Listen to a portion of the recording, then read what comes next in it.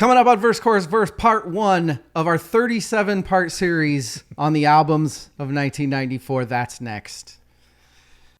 That's conservative, too, I think.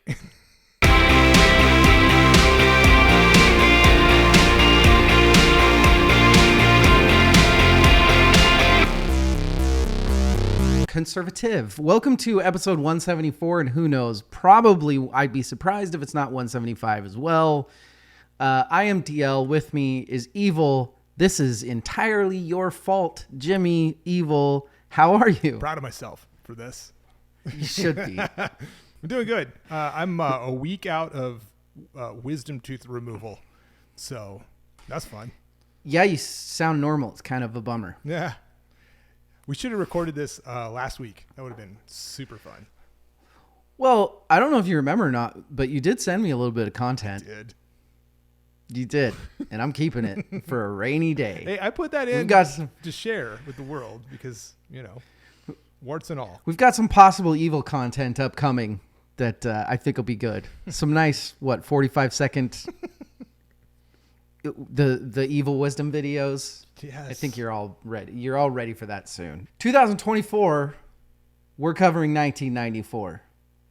Evil was all last year. Hey, we should just cover 1994 next year. And I was all, fuck, that's a good idea. Mm-hmm. And now we're paying for it. Not really, because, my God, the music we've just had to listen to, right? It's a grind. Studying this year is so fucking different. It is. Very It's different. so different. Yep. It's like, can I start studying now for the next episode? Please? Exactly. Like it's fun. We're very lucky. Tonight we're covering 1994, the first quarter. Quarter 1. You'd think, man, okay, they're going to talk about 4 or 5 out. Nope. There's so many goddamn albums. First quarter of the year, Evil. Were you overwhelmed? Was it fun? Oh, Yes. It's tricky. No, number one, I don't think any of the 4 quarters have any duds in them. Well, okay. Nope. Yes, there are duds. But each quarter has like some rock star albums, like some fucking... There is not a dud of a quarter. Yeah, exactly. That's what I'm trying to say. And you did it so much better than I. The tricky thing... I had time to think while you were talking. Yeah, well, just I cheated. Let me stumble and stutter over my words, and that allows you to sound smarter than me. That's our strategy. That's what podcasting is for. Right? Yeah! The tricky thing is putting Q1 music in context of Q1. So I think of all of the music from 94 in context of not just 94, but probably bleeding over into 95 and maybe a little bit, leading up to 94. That was the challenge for me, was putting boundaries on Q1 in terms of like what was going on in the world, how relevant were these songs and albums in this time frame. So that might get a little loose. Yes. In how we talk about things. Because I some of these albums I didn't really get into until later in that year. As far as context of the world, I didn't do that. I just thought of all of 1994. Okay. So you were smarter than me in that regard, because now I'm thinking, fuck, what am I going to do the next 7 episodes? But I'm not too worried about it. You know what I'm going to do? I'm just going to talk about fucking music. Yeah. That's it. I mean, we could do 3 parts easy tonight on just talking about the music that came out in January, February, and March of 1994. It's insane. Right. Dude. I don't know if it's the best quarter, which is fucking nuts with the albums that came out. Right? I don't know what we're gonna do, but we're gonna do it. Yeah. This has been really fun. The podcast this year is fun. We're working out the kinks on the video.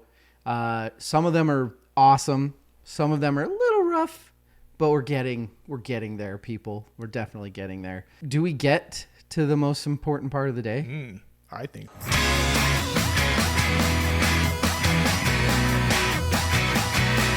Evil. It is, what is it, 2 o'clock your time? Ish. Yep. I mean, that seems like cocktail hour to me. It was cocktail hour this morning for me. You did some rum, some what do you call your morning your boozy morning what coffee. Do you call it? boozy morning coffee. Yeah. Well, but what do you have now? Oh, I have a delicious drink. Any guesses? I sent you a photo, so you probably have an idea. I can't guess because I know what it is. Yeah, it's an old fashioned, but the asterisk is it's a Lefroy 10 old fashioned because this year deserves over the top bougie drinks in my opinion. And I had one of these. It really does. It really does. It really does. I had one of these. I don't know, maybe a week or so ago. It was pre-surgery, but I had one of these, and I'm like, God damn, that's good. It's delicious. Yeah. I have made cocktails with Lefroy Select before. Like I made a Rob Roy with Lefroy Select because it's kind of their budget, and that's tasty. And I've used Lefroy 10 to like season cocktails, but I've never done it old fashioned before. How many ounces of the Lefroy do you put in? 3. I make a 1.5. That's a lot. I'm proud of you. I don't want to have to pause and go refill. Oh, so it's like it's not a double. Is your single a 2 ounce? Yes. When you pour? Yes. Yeah. Yeah. Okay. So you made a double. That's very smart. I do that. Like Megan likes an old fashioned. She likes 1.5 cocktails. That's like her. I'm going to drink for the night. I'm going to have 1.5 cocktails. So I've kind of learned to make a 1.5 when she asks for an old fashioned or a Manhattan or a sidecar, which the math on the sidecar is harder, but I make it work. Well, you just make 2 and you just chug the half. Drink a quarter of it. Yes. Yeah. So this is kind of fun, and I guess it's a little fancy just because. So this is I really just wanted to use my new cocktail glass. Ooh, I like that. Yeah, these are fun. There's a green one and then like a charcoal gray one, which are badass. Nice. I haven't taken the tag off of it yet. Sweet. That's lazy. That's just classy. Yeah, what you might actually know, there might be a name for this already. Kind of like a play on a gin fizz, but it's grapefruit, it's lemon, ginger, and honey with gin. Ugh. So it's kind of like a gin fizz. It's kind of like I don't know. It's gin Paloma mule. Exactly. Yes. I guess like a mule press or something because there's actual ginger pressed in it. But man, are you a ginger guy? In certain things and in not redheads in your cocktail. Small quantity. That's funny. My mom's name is Ginger, so absolutely not in that context. I'm not a Greek tragedy. I did not know your mom's name. That's crazy. Yeah. And now I know. She was married 3 times. Her final husband, his last name was Sweet, so her name is Ginger Sweet. Oh, no. That's a good name.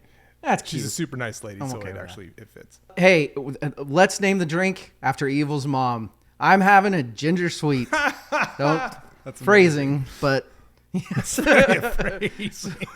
We're still doing phrasing, right? Yeah, we will always be doing phrasing. Yes. Danger zone. We're in the danger zone. It's 1994, motherfuckers. We'll take a break. We'll be right back.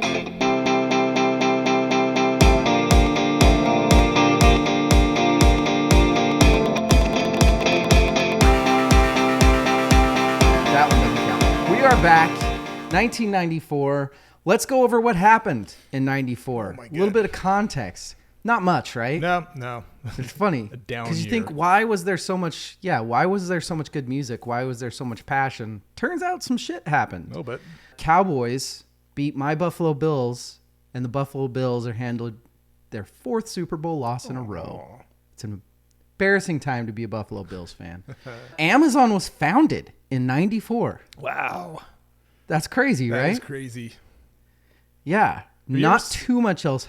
What? You ever seen the photo of him in his garage with his desk made out of a fucking door? Yeah. It's pretty rad. Books online, honestly. and everyone's like, "You're crazy. That's not going to You're turn a loser. into anything." Nope. He's like, "Fool you." Yep. Now it's penis rockets into space. He did it. Tupac is shot a bunch of times, not by Puff Daddy. Okay. Kurt Cobain. He dead. He was shot once. Also not by Puff Daddy.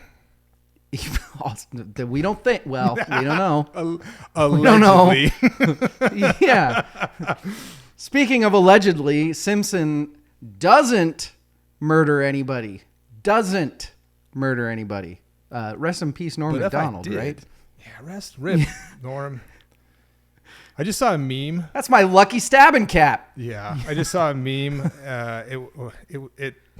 It was a news clip of the announcement of OJ being diagnosed with prostate cancer, and someone retweeted it, and they plugged in a picture of Norm on Weekend Update smiling above him. Ouch. Ouch. Oh, man. Hello, that's world. pretty good stuff. How many giant news stories could we have in one year? Dude. I was 12 at this time, and I very, very vividly remember where I was when Kurt died and where I was when the fucking Simpson chase was happening. And I mean, fuck, man. I remember getting I was at a track meet, and I remember getting on the bus, and people were like sitting on it just like silent. I'm like, what happened? And that's when I found out that Kurt Cobain killed himself. We'll talk about that at some point this year. Maybe. Now's not the time. No. Huge year for movies too. Lion King is number 1 grossing, followed closely by Forrest Gump. True Lies, Tom Arnold with your Arnold Schwarzenegger, and then super sexy Jamie Lee Curtis. The Mask. Movie. Mask. Yeah, It is an underrated movie. Jim Carrey. Speaking of The Mask, or speaking of underrated, maybe not The Mask, but I mean this is peak Jim Carrey. Yes. This is when he's height of power. Fucking same year he comes out with Dumb and Dumber. I mean, it's one of my favorites of all time. Dumb and Dumber, possibly one of the most underrated soundtracks of all time. Right? That soundtrack is fucking brilliant. You know who song number 1 is on that soundtrack, Evil? Is it Crash Test Dummies? Yeah. Fucking A+ for the winner. Peter Pumpkinhead, right? Yes. Yeah. It's their remake of XTC's Peter Pumpkinhead. Wow. There you go. Hey. Damn. I've seen that movie so many times. I love it. That movie's amazing. Speed, Interview with the Vampire, and The Crow. All these came out in 94. A lot of fucking stuff. Before we start talking about music, I don't know how we're going to do this, Evil, because I feel like we already know? Maybe we don't already know the answer. We're going to guess each other's favorite album of the first quarter of 1994. And we have to talk to each other before these to figure stuff out. You know, we collectively decide the top 10 albums of the quarter, things like that. So I feel like it's cheating, but then right as I said that, I was like, I could be wrong, but I am going to just go the easy route, and I'm going to say Super Unknown is yours. Okay. Yeah. That's a good guess. Do I go the easy route with you? It's up to you. I mean, the points don't matter. What is it? The score? Well, no one wins. The points doesn't matter, or something. I think I'm going to do it because I think it frames this entire episode. Love it. I'm going to say it's The Downward Spiral because this episode is really kind of a head-to-head of those two albums. I think you are absolutely right. I think it's now that you say it, it's important that you pick The Downward Spiral for me. That is a very good answer. So we need to talk about the beginning of 1994. Like you heard what the news was. It's obvious why there was so much sentiment there. But Evil, do you have any quick thoughts? Do you have any theories? What are your thoughts on the beginning of 94? Where do you think this fucking came from? I'm not saying 93 wasn't a bad year, but it was not this. Not at all. No. What do you think happened? To like create this era of this like wild fucking cross section of music. This is the peak, I guess, of the early 90s grunge. I hate that word, but like the early 90s era. It's a turning point. It's kind of the beginning of the radio takeover by the Clear Channels and those as well. You're right. We talked about that early in the 1997 episode. That's when it really hit, but this was the beginning of that this year. I think Cobain's death was but honestly, a lot of the music would have already been in the ball would have been rolling to make a lot of the music already. I think that just framed it differently. Like, I agree. And I didn't even, you saying that makes me think that one of the reasons that started to work like that is because we were at a time now where it wasn't one specific genre that was in your face popular. And I'm talking about popular with on the radio and popular with critics. Right. You had metal, you had rock, you had hip hop was becoming huge. You had industrial was becoming like you had all these different, and that's kind of, I think that's really fed into the, we've got this channel for this and we're going to play these 7 songs all day and people are going to listen. Woohoo. Right. I think you're right. I think it was the crest of the end of this giant wave of music that had come before. Like, I mean, the Black Album was still selling. Like, Metallica was still they were on top. They were probably one of the biggest bands at this point in time, tour-wise. And then the wave of, like, the grunge bands, like, they had sort of, I don't want to say run their course, but those were bands who were not set up to be big bands psychologically. And they were thrust into this, like, global phenomenon, right? Yes. And we all know how it kind of wound up. Like they either died or they faded away. Because they all hated it. Right. Yeah. But it's weird because they hated it, but they didn't hate it. And it's funny because when you watch interviews with Alice in Chains or the Kurt Cobains of the world, you can see like he likes being famous. He likes being the guy talked to that gets to make the witty comment and gets to bash on Madonna for selling her concert tickets for too much and shit like that. Like you can tell he's into that. But I don't know. I think they wanted to be really successful underground musicians is what they wanted to be. They wanted to be the Pixies. I mean, Kurt obviously wanted to be the Pixies, but I think all of those bands, that's kind of what their like vision of making it would have been. What they didn't calculate was the capitalist marketing engine creating this thing called grunge, which was essentially a buzzword used to sell shit, to sell flannel. Absolutely. And to sell, a culture. That MTV is so predatory on musical movements. They did it to hair bands. They did it to, stuff afterward. I don't think they wanted to be part of a thing called grunge. Hell no. No. Speaking of what you're saying, you're absolutely right, because this was the year that not just Cobain, but all of them were saying that. I think multiple interviews. Eddie Vedder has said it. Cobain, or not Cobain, obviously, but Chris and Dave have both said it. A bunch of Billy Corgan has said it that this was the time. When Cobain died, the year. No, you know what it is that it earmarks it for a lot of people is Nirvana's Unplugged. Yeah.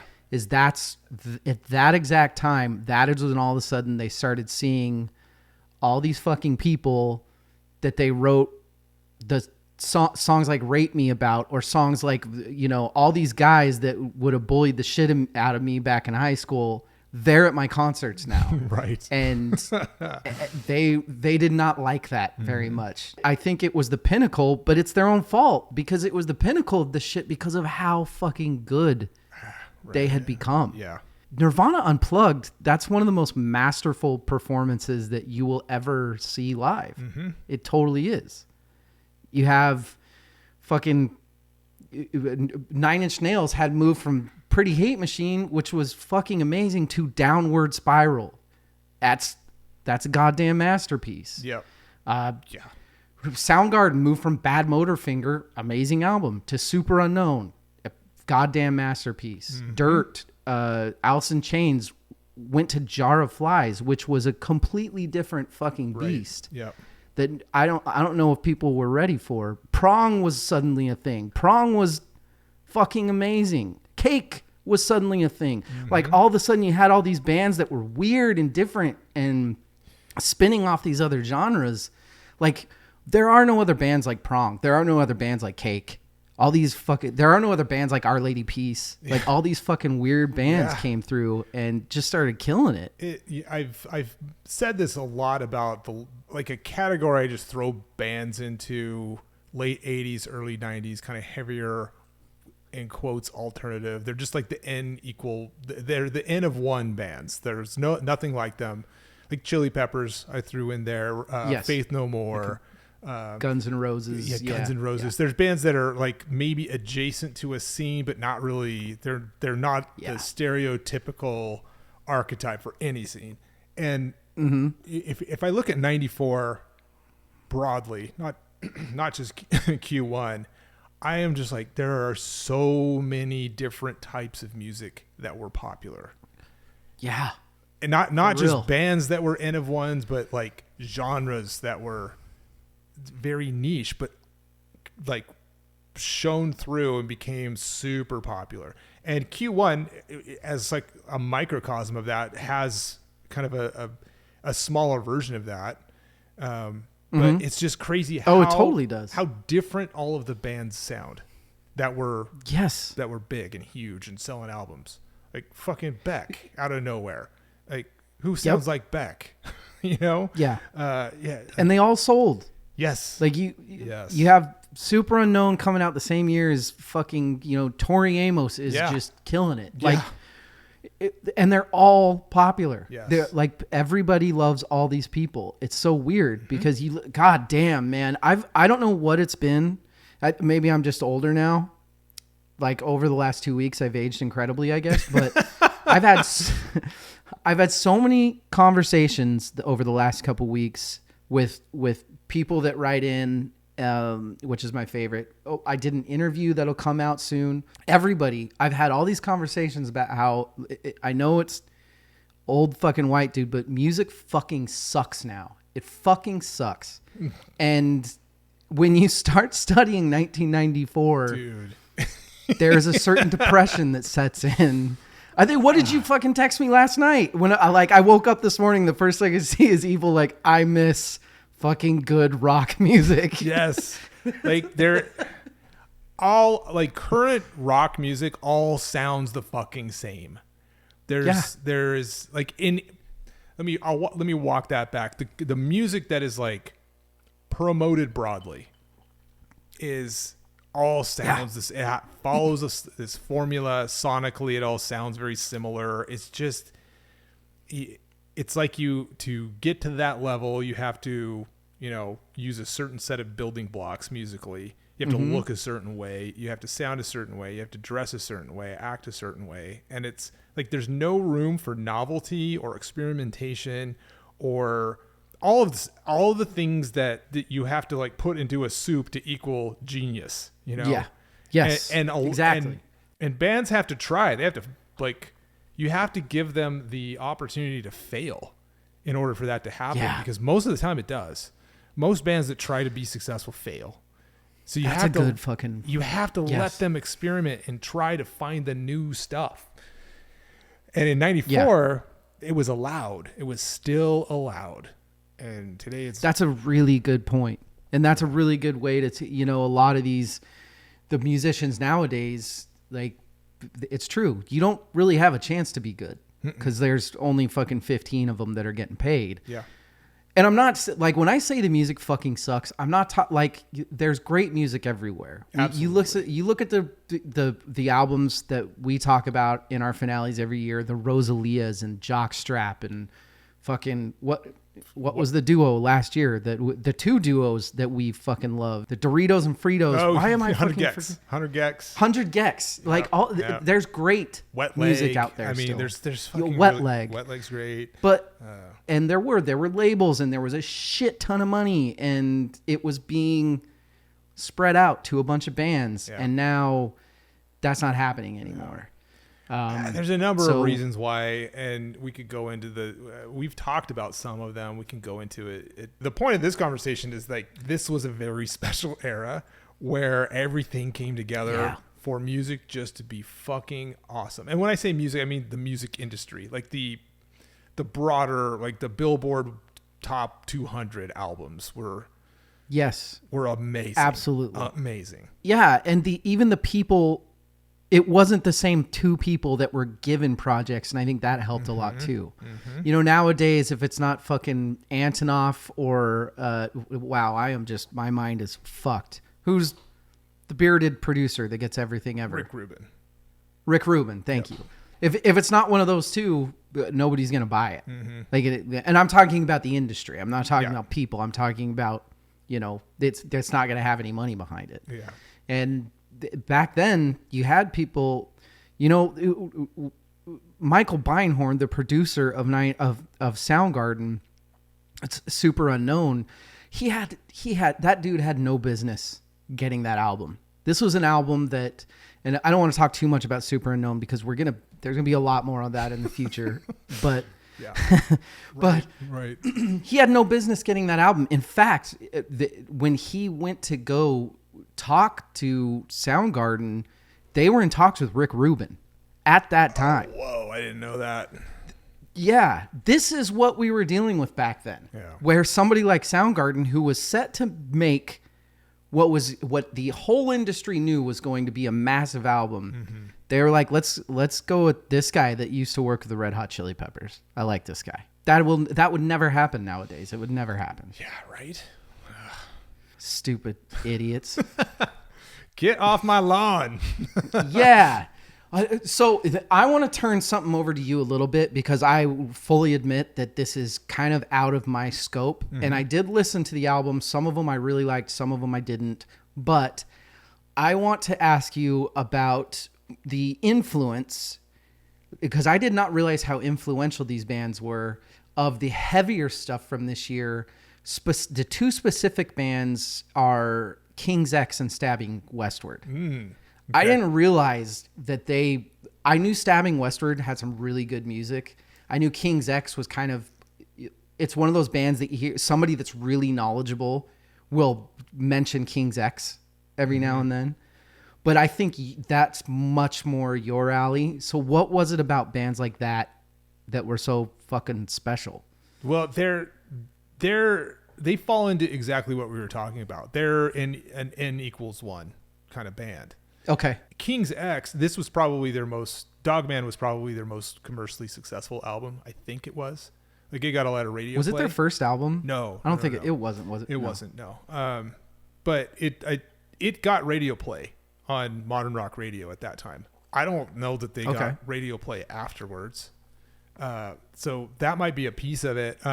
Stabbing Westward, this album, I wasn't as familiar with this one as I was their next album because it had like kind of the big radio hit on it. But they're very 9 Inch Nailsy. This is like that industrial sound, kind of having a space to play finally.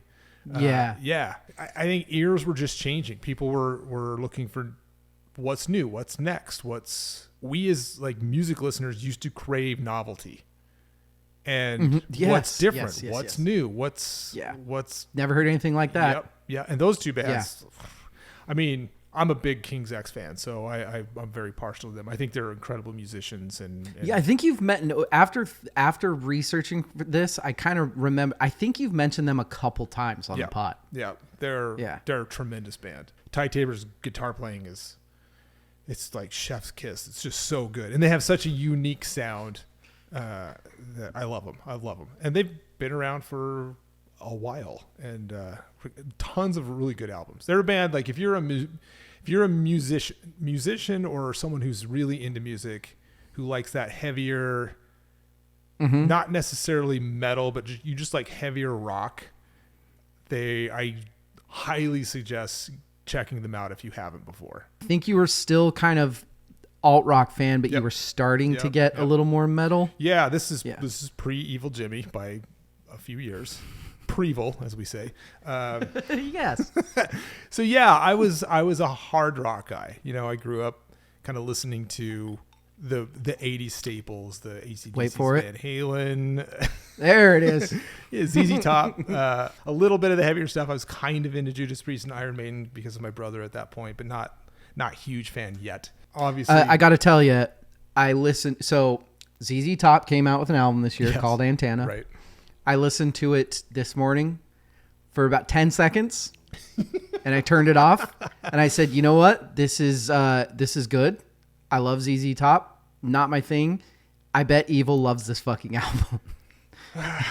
I do, because I don't think it's a great album. I like it because of nostalgia. I like it because I listened to this album when it came out. Gotcha. I was a fan of it then. I don't know. I can't say that it's aged well. I probably haven't listened to that in years. And there's a lot of music from this era that is that way. Yeah.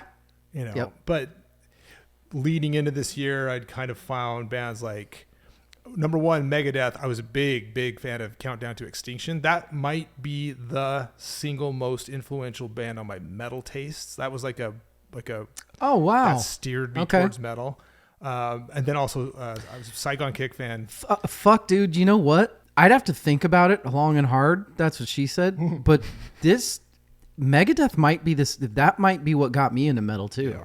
Well, yeah. I mean, like I remember, so my dad used to work at a cabinet shop, and I'd go in with him, and get to ride the forklift around, and all that great shit. That's awesome. And and this was the couple of Megadeth albums that came out around this time. They would blast it every fucking day, dude. And I loved that shit. Yeah, because I mean, everybody liked Metallica at this point. They were huge, world tours, enormous. But if you liked Megadeth, you were like more of a cool kid. Man.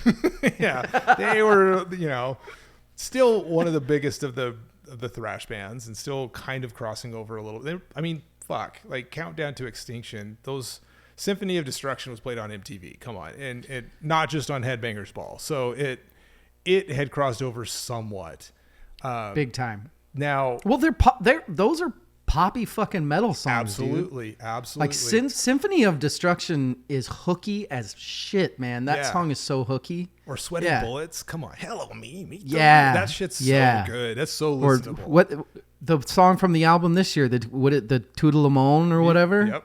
Yep. Like, come on, man. We shouldn't. We're not there yet. We're fucking up. If Megadeth was like swayed me in the direction towards metal, there is one album in this quarter that sent me over the top, and that's Prong's Cleansing. That was like, I think, so pivotal to my listening, like music listening, and going back to that. I need more. I need something new. I need something different. That kind of tuned my ear towards heavier music, because it's still pop. It's still kind of, I mean, the song structures they're short, they're snappy.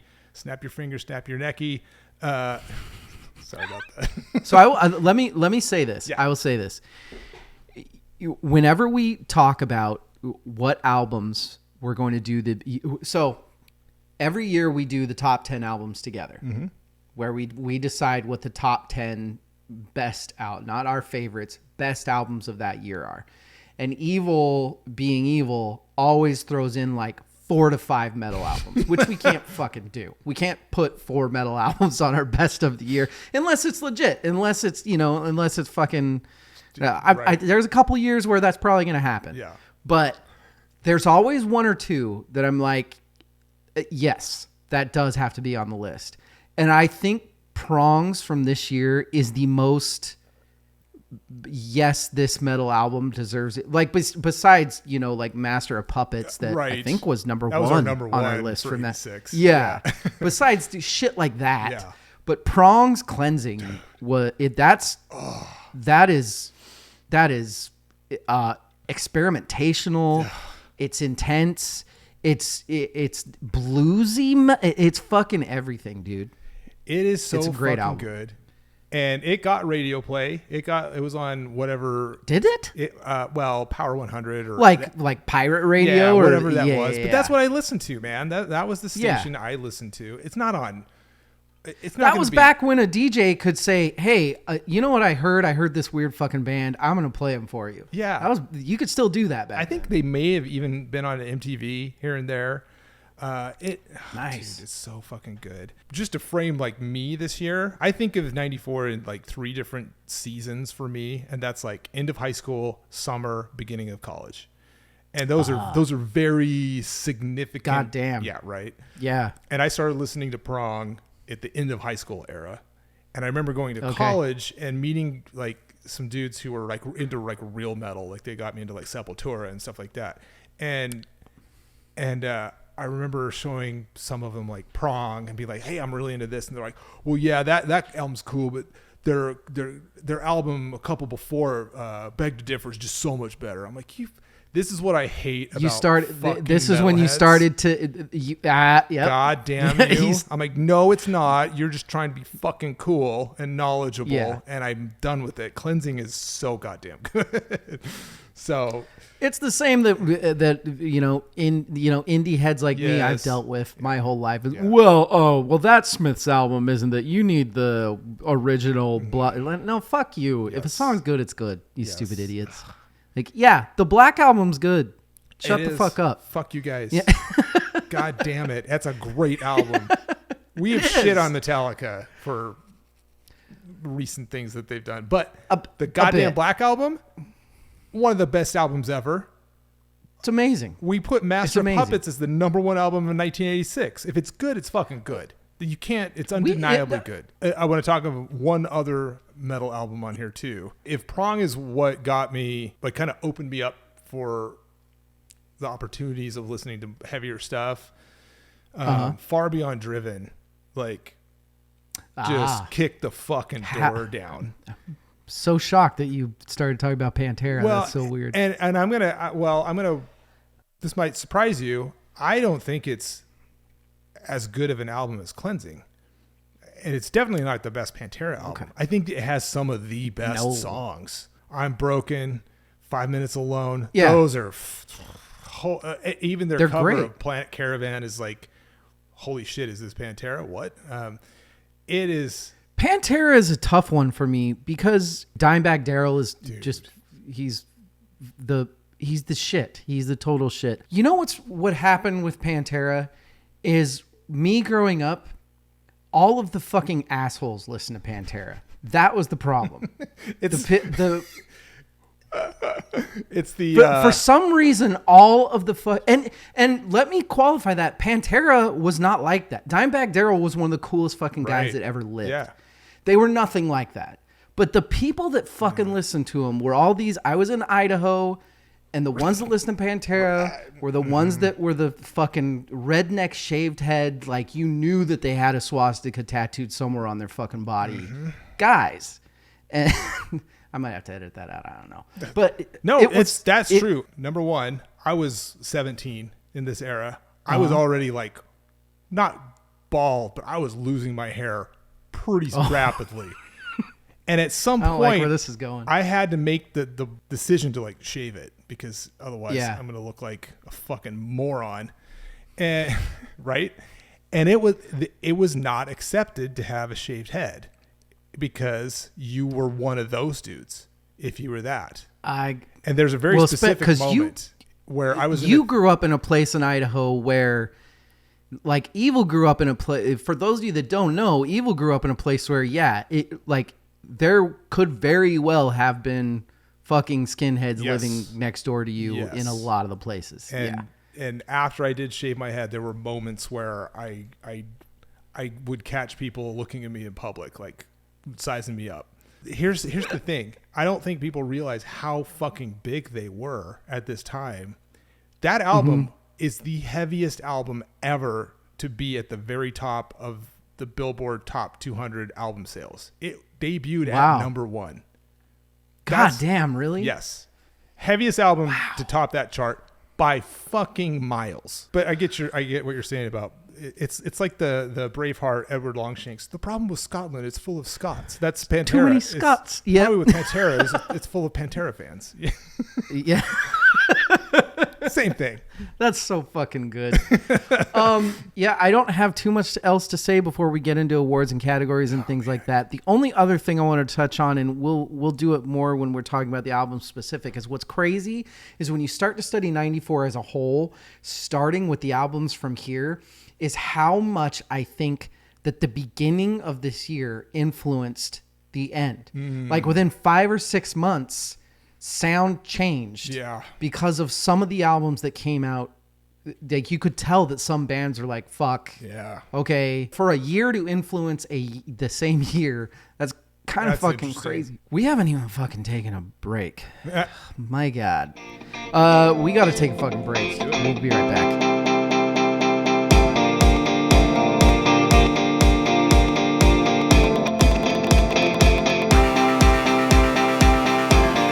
All right, we're back. We're going to start with some awards and categories, and this is going to be a two-parter.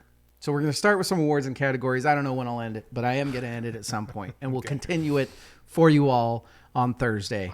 I feel like there's so much more that we could add to it as we go through this, like, because there really is. Yeah, I think there's about 30 albums we haven't brought up yet. Let's go to breakout album / artist of the year. Evil. Who do you got? I think Beck, Mellow Gold is. Wow, really? Yeah, because in this era, in this quarter, I remember that song being everywhere. It was like he was shot out of a cannon, and then just everywhere. With like Loser was all over MTV. Are you old enough to remember having Channel 1 played in school? No. This happened when I was in high school. They put televisions in all of the classrooms, and at the very, like right before your first class started, your period 1, they played this thing called Channel 1, and it was like, who knows, some sort of fucking government mind control over the masses. But part of that, I for some reason I have a mental image of that tying directly into us playing Beck, because my first period class as a junior and senior was advanced physical conditioning. Haha, real funny, right? Right. Seriously? Yep. So that was what what? So we would play music because we were lifting weights, man. What are you talking about? What's wrong with you? Oh no, that actually, you were like football wrestler guy, right? Yeah. So yeah. That makes sense. Okay. Yeah. And the coach who was the athletic director, I was like assistant athletic director those 2 years, and heavily influential mentor on me being into strength and conditioning the rest of my life. But so I remember being in that class, watching Channel 1, and then turning on the radio so we could start our whatever training we were doing that day. And Beck would play all the fucking time in there. Really? In the spring of 1994. That very much surprises me, because it does not seem like a coach. I feel like a coach would hear the song Loser and be like, turn that shit off. No, he was super cool. He let us listen to what we wanted to listen to. There's like 12 answers to this question. I agree. I was going to say I took the easy way out. I'm not so sure I did. I think there's a shit ton of easy way outs. I said Green Day. Fucking Dookie. Like, oh yeah. Dookie came out and God, yeah. Fucking Basket Case on Longview played every hour on the hour. So like, I don't think I knew a kid that didn't have Dookie. I don't think I did. That's a great answer. And here is one of those things where I associate them more with the fall of the year. Oh, I thought you were just saying I associate them more with their fall. Like, I associate them more from when they started fucking suck ass. No. Oh, God. That's spectacular. Have I sent you pictures of them recently where it says that it looks like the Golden Girls? It's so funny. No. Oh, yes. You did. Oh, it's amazing. I love it. Height of Power. That's a great answer. I know. Height of Power. So I'm going to go first. I feel like some of these are hot takes, but Height of Power for any band, and this isn't a clickbait thing. I really thought about this, but I am going to say Nirvana. I think when Kurt Cobain died, they solidified their space as an immortal band, as they would forever be like one of the top 5 bands of all time when he died. That was it.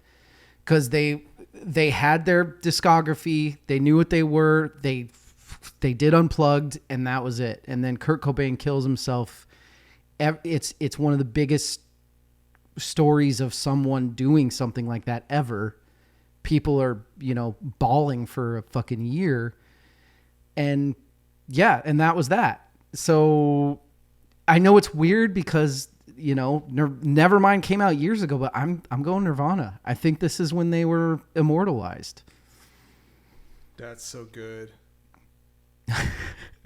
Fuck. I'm gonna amend my pick because I was waffling between the 2 albums that we talked about at the start of the episode. Who we picked favorites? Okay. Soundgarden or Nine Inch Nails. I'm gonna sway towards Soundgarden, and I'm gonna expand it to just say the grunge bands. This was the height of the grunge band's power, because you could put Alice in Chains in there just as easily. You could put Pearl Jam in there just as easily.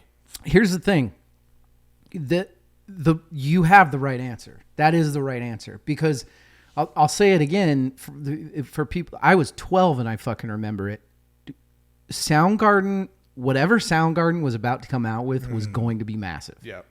Like everybody just knew that band, whatever they came out with, they were it now. Yep. It was all about them. Yeah. So you're totally right that this was they could have done anything at this point. And for sure. They did it well. Thank God. Dude. Thank God they didn't just fucking write it in, man. Yeah. Thank God. Hey, what albums have aged well, or what albums have aged poorly? Evil? I have an answer for poorly that isn't really an answer for poorly, but it's also something I'm going to talk about later. It's an album I want to talk about a little bit later, so I'm going to hold off on poorly. Okay. Aged well. So much of this is aged well that it's almost a joke. Like it is. I still listen. Like I've got fucking Super Unknown back here. That has been one of the albums I've listened to the most my entire life. Maybe me too. Yeah. I think the Downward Spiral has aged very, very well. Yeah. I think I listened to Mellow Gold in its entirety for the first time in probably 15 years. It aged well. It doesn't sound dated to me, which is weird. You would think it would. Loser does a little bit. I think it's just because it was so big in that time that it's sort of like mentally cemented. But the rest of the album, yeah, I know what you mean. It doesn't sound dated like other albums do. I could pick so many of these and be like, these all like Cleansing aged well for me. Yep. It did. And there's some stuff that didn't age well that were, like Vanilla Ice and MC Hammer released albums this year. They did. They did. You know what's funny is I'll give you. You know what album aged poorly, and it's a no-brainer. Go for it.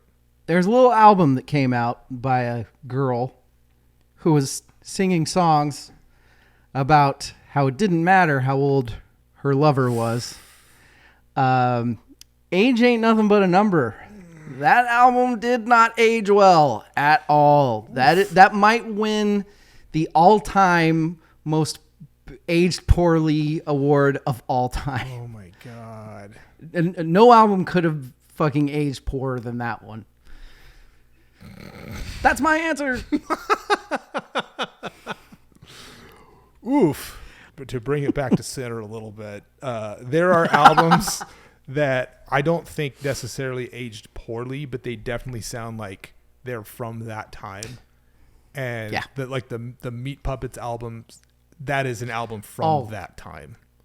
Good call. It's very a great album. I don't think it aged poorly at all, but it's definitely a time capsule. I completely agree. That's a really good answer. Listening to at the time versus now, the ones that I listen to all the time, actually it's kind of funny. So Dookie, first of all, I listened to that probably every day in 1994. Like I listened to that all the fucking fucking time. And the other one that I don't listen to much now that struck me as odd, because it's the lighter part of them, and you think as you get older, sometimes you want the calmer stuff, but I do not ever listen to Jar of Flies. And that album's incredible. Yeah, I agree. And I listened to it all the fucking time back then. Same. Probably, Alice in Chains, they've got an album out. I'm going to listen to it. Yeah.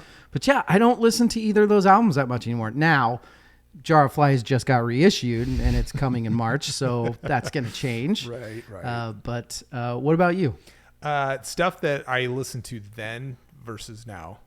Dookie probably at the top of that list. Like I said, it was later in the year. I remember like in the fall I listened to that quite a bit. It was a huge album that year. Far Beyond Driven, I listened to more back then than I do now. I'll listen to a couple of songs. Like I'll listen to like I'm Broken on repeat over and over again. Motley Crue's self-titled album, Motley Crue, the one they released with John Corabi. I was a big fan of it. I still fucking like that album today. I don't listen to it a bunch, but it's very nostalgic to me. I think it's good.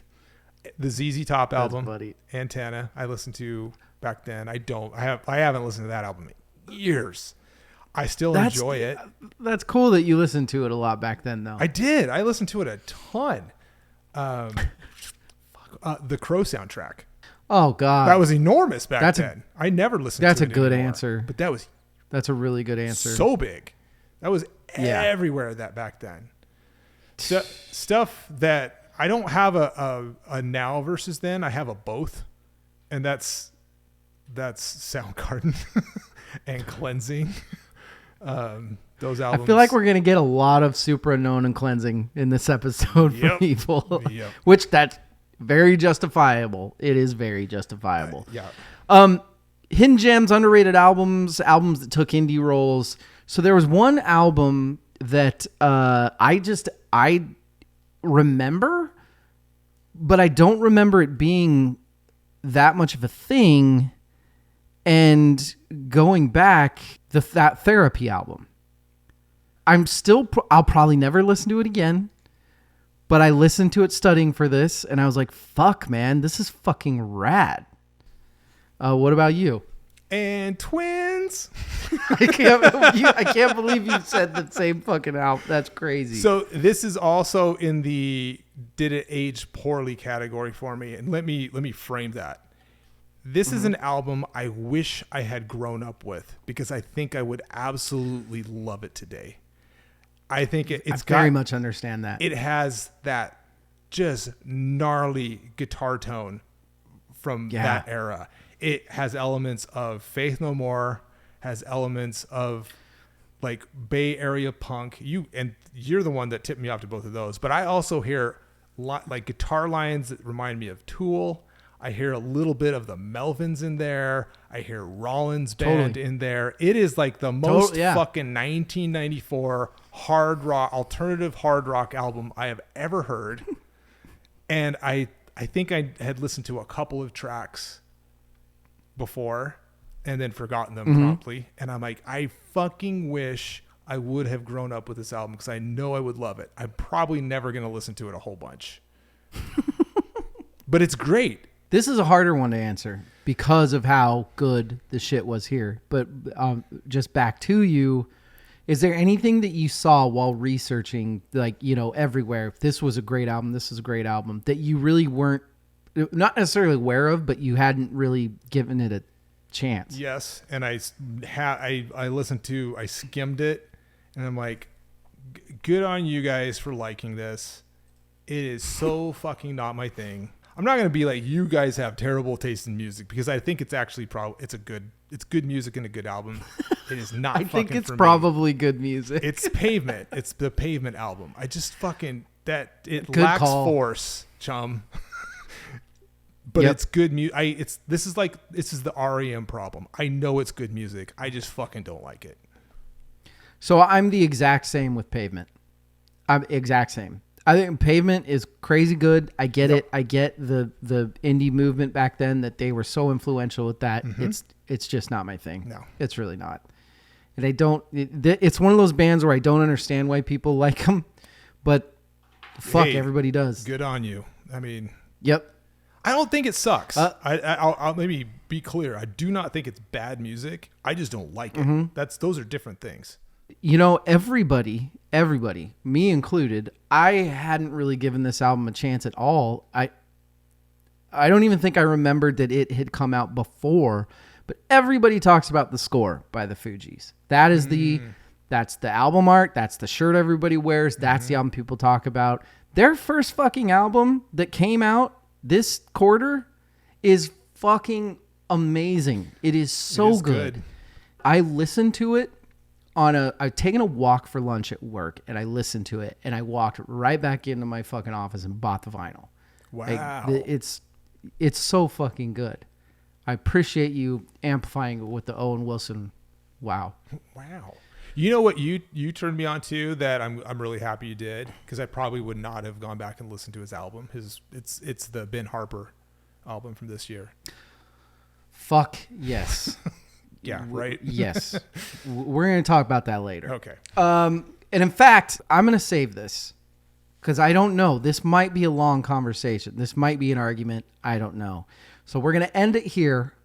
VerseChorusFirst.com, @VerseChorusFirstPod. Check us out everywhere. We are everywhere. You cannot get away from us. Continuation of this episode is coming Thursday. So find out awards, categories. We're going to talk about our 5 favorite albums from here, and we're going to talk about our 10 best. Evil, I'll see you in 37 seconds. Yeah. It's been real. You'll see me in how long it takes to pour a glass of Lafroig. I love it. Everybody, we'll see you. Good night and good luck.